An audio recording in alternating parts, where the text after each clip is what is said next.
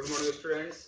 Class 12th आपका जो chapter चल रहा था काले पानी में काले मेगा पानी दे, इस पाठ के माध्यम से जैसा कि मैंने आपको बताया कि यहाँ पे लेखक हैं वो ये बताना चाहते हैं कि किस प्रकार से गांव का जो परिवेश है जहाँ पर हो सकता है भयंकर गर्मी का वातावरण है, पानी पीने की कमी महसूस की जा रही है, यहाँ तक कि लोगों के लिए पानी की बहुत बड़ी त्रासदी बन चुकी है। ऐसे वातावरण में गांव के अंदर इंद्रसेना का घर घर घूमना और लोगों से पानी की मांग करना उस लेखक को बुरा लगता है, क्योंकि लेखक को खुद अपने आप को क्रांतिकारी दल का या क्रांतिकारी विचारों का प्रतिनिधि मानता है। उसी में से एक मंत्री पद को लेकर बैठा हुआ है और आधुनिक विचारधारा को या क्रांतिकारी विचारधारा को समर्थन करता है। लेकिन सबसे बड़ी बात है कि उसी की जो बहन है, बड़ी बहन है जीजी, वो उसे इस बात को समझाती है। वो ये समझाती है कि ये पानी की बर्बादी नहीं है, क्योंकि पानी की बर्बादी होती तो अलग है, लेकिन ये पानी का अर्थ है। जिस प्रकार से हम मानते हैं कि जब हम किसी को कोई चीज देते हैं, या हम कह सकते हैं कि दान की जो महत्ता वो इसी रूप में आती है कि हमारे पास जो चीज कम है उसी कम चीज में से हम जब किसी को कोई दान में देते हैं तो उसकी महत्ता होती है। लाखों करोड़ों में से कुछ रुपए देने से कोई फर्क नहीं होगा, लेकिन अपने पास भी कम और उसमें से अगर हम किसी को कुछ देते हैं तो वाकई में उसकी दान की महत्ता होती है।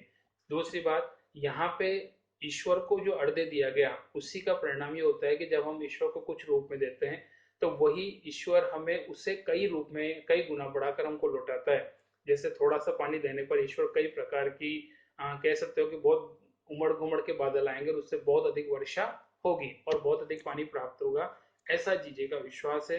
तो यहाँ पे उस भाई को सही शिक्षा देना, साथ में दान की महत्ता बताना और बड़ी बड़ी बहन और कह सकते हो लेखक, इन दोनों के मध्य जो विचार थे वो इस पाठ के माध्यम से बताए गए।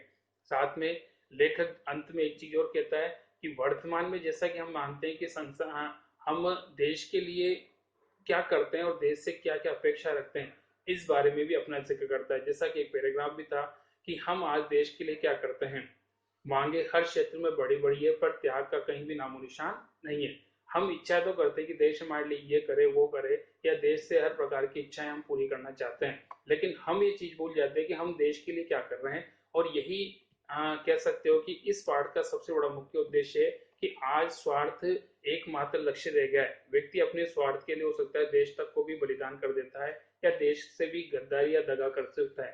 तो लेखक ये कहना चाहता है कि मनुष्य को इस विपत्ति से या इस प्रकार की छोटी सोच से बचना चाहिए।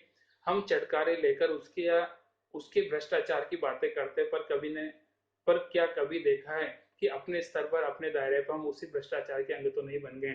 जैसा कि हम खुद मानते हैं कि किसी न किसी प्रकार कोई समस्या है, चाहे भ्रष्टाचार है अन्य, उसके ऊपर हमारे विचार होते हैं, हम उसको भला बुरा सब कुछ कहते हैं। लेकिन जहां बात आती है स्वयं की, तो हो सकता है किसी न किसी रूप से या प्रत्यक्ष अप्रत्यक्ष रूप से हम उसका अंग बन जाते हैं, उसी चीज को या उसी सिस्टम को अपने जीवन में पा लेते हैं।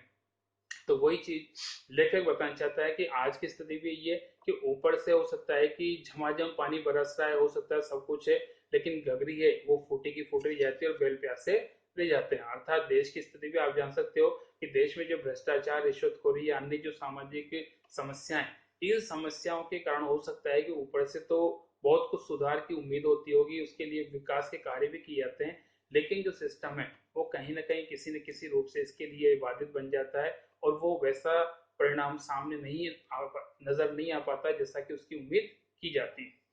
अब है नेक्स्ट क्वेश्चन आज का फर्स्ट। लोगों ने लड़कों की टोली को मेंढक मंडली नाम किस आधार पर दिया है? ये टोली अपने आप को इंद्रसेना कहकर क्यों बुलाती थी? गांव के लड़कों कुछ लोगों को लड़कों का नंग धड़ंग होकर कीचड़ कादों में लथपथ होना बुरा लगता था।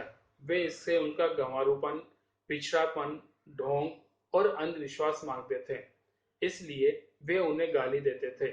इसी नफरत के कारण उन्होंने इंद्र सेना के लड़कों को मेंढक मंडली की संज्ञा दी। गांव के बच्चों की टोली भगवान इंद्र से वर्षा करने की गुहार लगाना चाहती थी। बच्चे चाहते थे कि अगर भगवान इंद्र वर्षा के लिए पानी की मांग कर रहे हैं तो वे उनके दूत बनकर लोगों से जल दान कराएंगे। शायद इसी से भगवान इंद्र देवता उन्हें वर्षा का दान करें। नेक्स्ट नंबर 2, जीजी ने इंद्रसेना पर पानी फेंके जाने को किस तरह सही ठहराया? आंसर है, गांव के कुछ नंग धड़ंग बच्चे कीचड़ में लथपथ होकर गांव वालों से पानी मांगते थे। उनका विश्वास था कि ऐसा करने से इंद्र देवता प्रसन्न होते हैं और वर्षा होती है। इसी मंडली को इंद्र सेना कहा गया। जीजी ने इंद्र सेना पर पानी फेंकने की परंपरा को बिल्कुल सही ठहराया। उनकी मान्यता थी कि देवता से कुछ पाने से पहले कुछ दान और त्याग करना पड़ता है। किसान 5-6 सेर अनाज को बीज के रूप में त्यागता है, तभी वह खेतों में 30-40 मन अनाज उगा पाता है। वहीं यही बात इंद्र सेना पर भी लागू होती है। इंद्र सेना लोगों से जल का दान करा के भगवान इंद्र को भेंट कराती है, तभी भगवान इंद्र अपनी ओर से झमाझम वर्षा करते हैं। एक प्रकार से इंद्र सभा वर्षा की बुआई है। नेक्स्ट नंबर थर्ड, पानी दे गुड़धानी दे। मेघों से पानी के साथ साथ गुड़धानी की मांग क्यों की जा रही है? गुड़धानी गुड़ और अनाज के मेल से बने लड्डू को कहते हैं। गांव के लड़के बच्चे भगवान इंद्र से पानी और गुड़धानी दोनों की मांग कर रहे हैं।